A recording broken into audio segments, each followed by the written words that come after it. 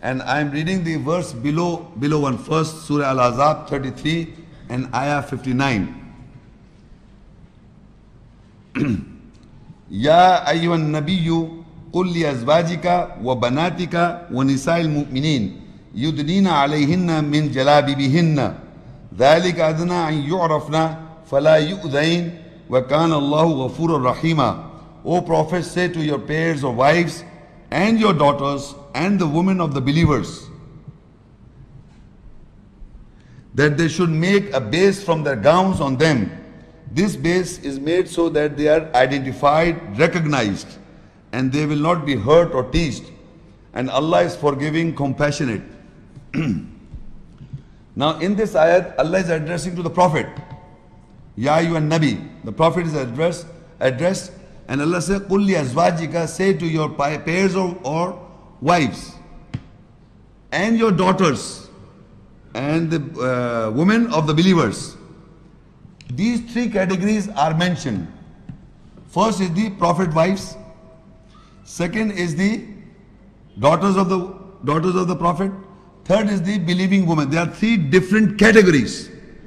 To all of them, Allah says that they should make a base from their gowns on them.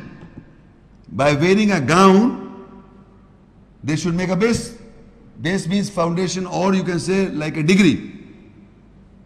What is a gown in language in the world, in English language, or when we wear a gown if you note, whenever you are given a degree by any institution, they ask you to wear a gown.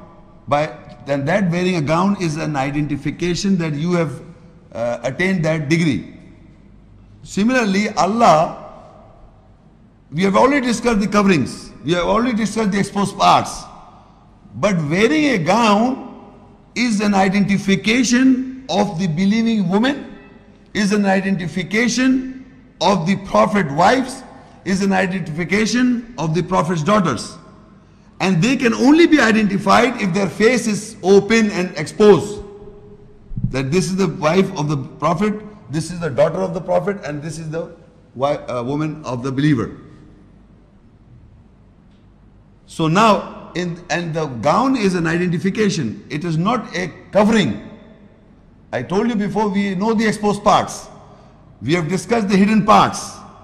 The hidden parts is also discussed, and the exposed part is discussed. The gown is an identification that they are believers. They should be recognized and they should not be teased.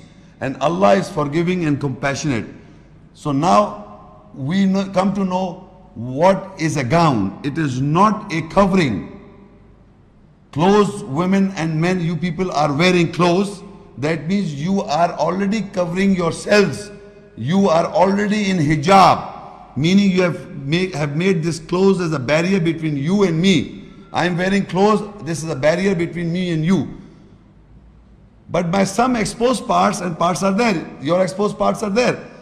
But what is a gown is not a covering. It is an identification. It is a base, a foundation that you are a believing man or believing woman. I am surprised the men are wearing gowns. A gown was asked by Allah to women to wear a gown. Men who take degrees, who are alim, wear gowns.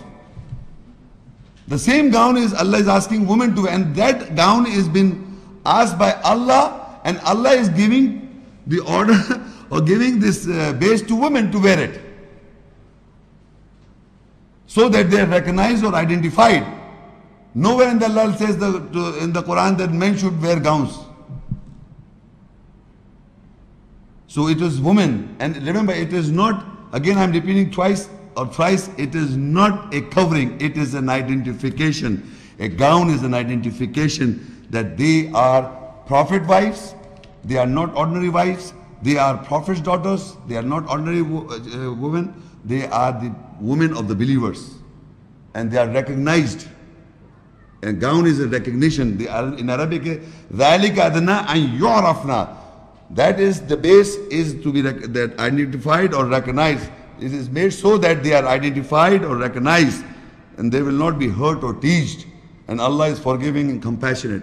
So remember, ladies and gentlemen, we have understood the exposed part, the private parts, and now the gown has introduced, and gown is an identification so that they are recognized as believing women.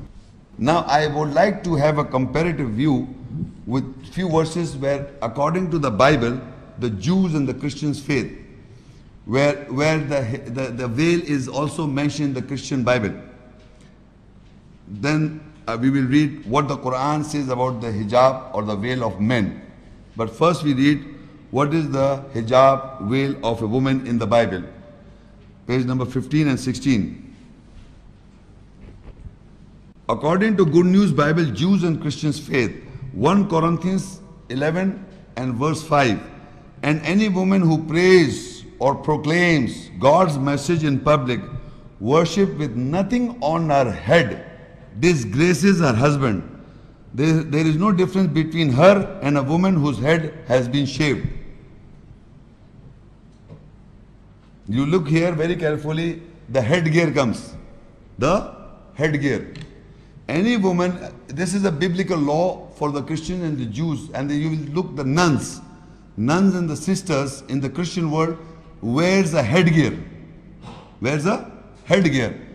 And no country will say any word to that nun or sister who is wearing a headgear because she's a nun. It says, because they can show in the Bible, any woman who prays or proclaims God in public, worship with nothing on her head, disgraces her husband. There is no difference between her and woman whose head has been shaved. So the sister nuns and nuns also get shaved also. You know this, or I don't know you know this or not. On 1 Corinthians 11 and verse 10, on account of the angels, then a woman should have a covering over her head to show that she is under the husband's authority. I am reading the Bible, and this is biblical law, that the woman should cover her head to show that she is under her husband, show the husband's authority. This is Bible. So any woman who's covering her head is, according to Christian, they are following. So the nuns and the sister nuns, go and see all over the world, the Christian nuns and this Mother Teresa and everywhere, and the nuns are wearing this headgear. Further in 1 Corinthians 11 verse 6, if the woman does not cover her head, she might as well cut her hair. And since it is shameful thing for a woman to shave her head or cut her hair, she should cover her head.